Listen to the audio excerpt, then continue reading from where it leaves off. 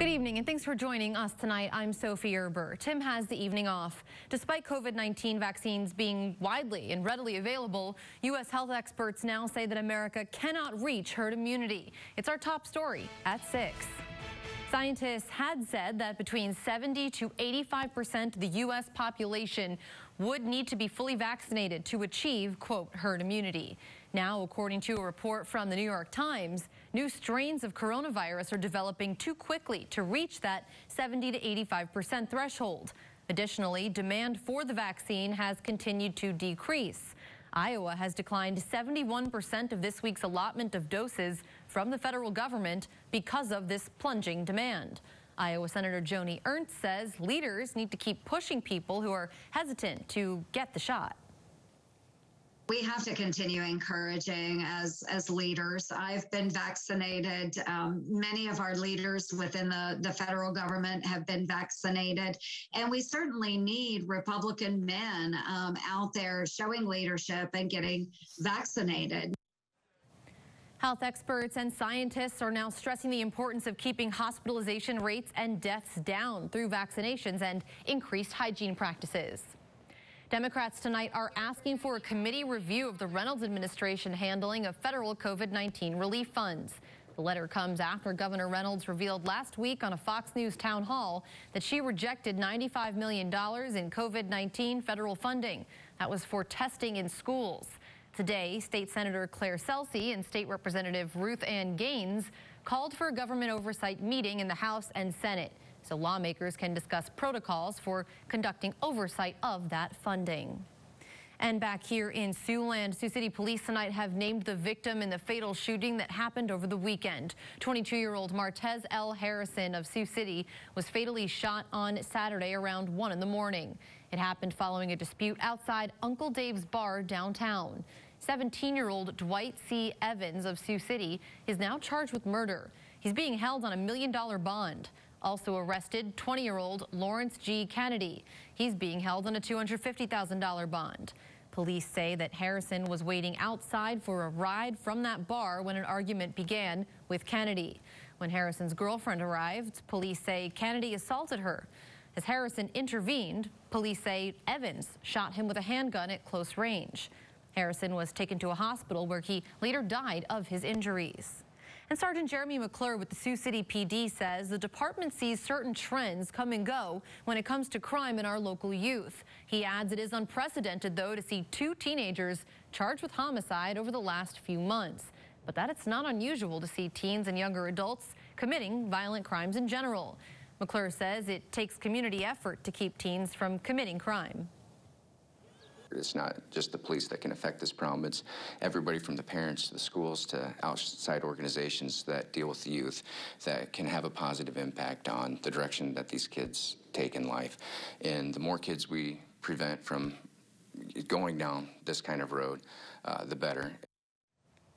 Coming up tonight at 10, KCAU 9's Lydia Vasquez explains what kind of crime involving youth police are seeing in the community now and how local organizations are working to curb teenage violence. Sioux City is moving forward with the new welcome sign project. That sign will be located near the Sergeant Floyd Monument and northbound I-29. The project would include construction and placement of new monumental entrance signs to welcome visitors to Sioux City. Councilman Dan Moore says Sioux City engineers expect that sign to cost roughly $250,000. However, he thinks the actual price tag will be much lower. We're hoping that when we do the plans and specs and take bids, we're hoping they're going to come in at a very reasonable price, something that we're all willing to pay for to have that proudly displayed as an entryway sign. Now, that resolution was not approved unanimously. Sioux City Mayor Bob Scott casting the lone no vote. We'll hear straight from the mayor on why he's concerned about this new sign coming up tonight at 10. And after a very warm weekend, Siouxland has cooled off noticeably so. Let's check in with you now, Chief Meteorologist Scott Larson, to see if this cold front is bringing more rain. Scott? Well, Sophie, it looks like we'll stay dry for a little while here, but we did have some powerful thunderstorms in parts of Siouxland last night. As you look over some of the storm reports, you can see that we had some large hailstones which fell in Galva, Iowa. That happened at about 8:30 last night, close to an inch in diameter. You can also see in Burt County, we had some 1-inch sized hailstones that fell at 8:50 yesterday evening. So again, to the south and east of Sioux City is where we had some of the most dynamic weather, with that cold front passing through and some of the greatest amounts of rain as well. Wherever you see the green on your screen, those spots got as much as about an inch of precipitation, but Sioux City largely missed out. Looking at the highs this afternoon, it was cooler outside, 60s and sunshine. It looks like most of the week is going to resemble this. We'll have much more coming up in the full forecast. Stay tuned. Sophie? Thanks, Scott. In South Dakota, Governor Kristi Noem tonight is telling the state's tourism board to get ready for a busy summer. Tourism is the state's second largest industry, and Governor Noem says there are plenty of signs pointing to a boost in travel this year. Tourism spending dropped by 18% in 2020, but Noem says the state still welcomed in many visitors. She made her statements today at Mount Rushmore, where she's suing to hold a fireworks display over the summer. The National Park Service denied the state's application, saying it would pose too great a fire threat and was opposed by Native American tribes. A record number of Sioux City high school students are enrolled in dual college credit courses. The Sioux City Community School District reported a 9% increase in enrollment numbers, which surpassed the Iowa state average of 2.4% between the 18-19 and 2020 school years. Students get the opportunity to have a head start in their careers while not having to worry about how expensive college can be. Well, I really think it helps for families that are low income, because it's less credits that you have to take in college, so that'll automatically save you money. And I have a single mother, so it's kind of hard paying for college by yourself. So it's really nice that I got a year off of college now. Currently, there are 1,500 students in the district-wide dual-enrolled program at Western Iowa Tech Community College. This is up from the 1,400 students who took advantage of the free college credits in the 2018-2019 academic year. Siouxlanders were rolling up their sleeves today, not just to give blood, but also to support first responders. LifeServe plans to hold blood drives across Iowa, South Dakota, and Nebraska in honor of firefighters and all they do to save lives. One way to help out our first responders saving lives is to donate blood. KCAU spoke with donors to see why they do what they do. Donating is the easiest way to give back. There's nothing, it's not costing anything, you're just giving what you already have. Summer is also when trauma incidents start to rise, so having a stable blood supply in the area, they say, is critically important. With the popularity of at-home video games, it's hard to find classic pinball machines nowadays. How two pinball wizards turn these arcade staples into a business, coming up. And it's going to stay on the cooler side of things for the first full week of May here, with highs looking to stick in the 60s for a while. We are tracking a few rain chances also. We'll share with you when those arrive in the 9 on 9 forecast. It's right after the break. You're watching KCAU 9 News with Tim Seaman, Sophie Erber, Chief Meteorologist Scott Larson, and Sports Director Jake Jones. This is KCAU 9 News at 6.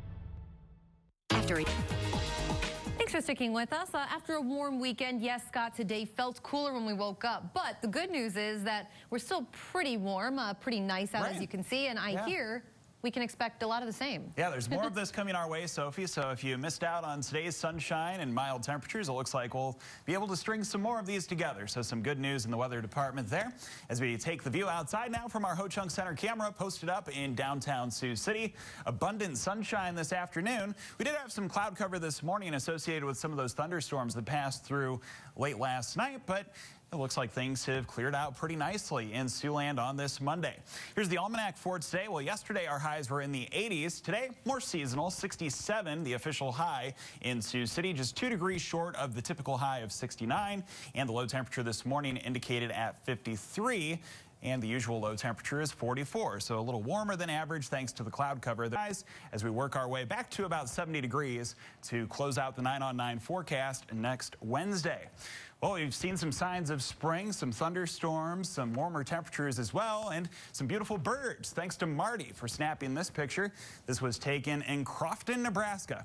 And if you have a picture of wildlife or weather that you want to share, go to our website, SiouxlandProud.com. Go to the weather tab and send us your pictures. I heard the birds singing this morning, so another sign that it is spring. Yeah, it's beautiful to hear that. It really is. Thanks a lot, Scott. Well, while arcades have died out in the official sense, too, South Dakota brothers are bringing pinball machines back to life. Are these brothers have turned their passion into a profitable business idea? Coming up next.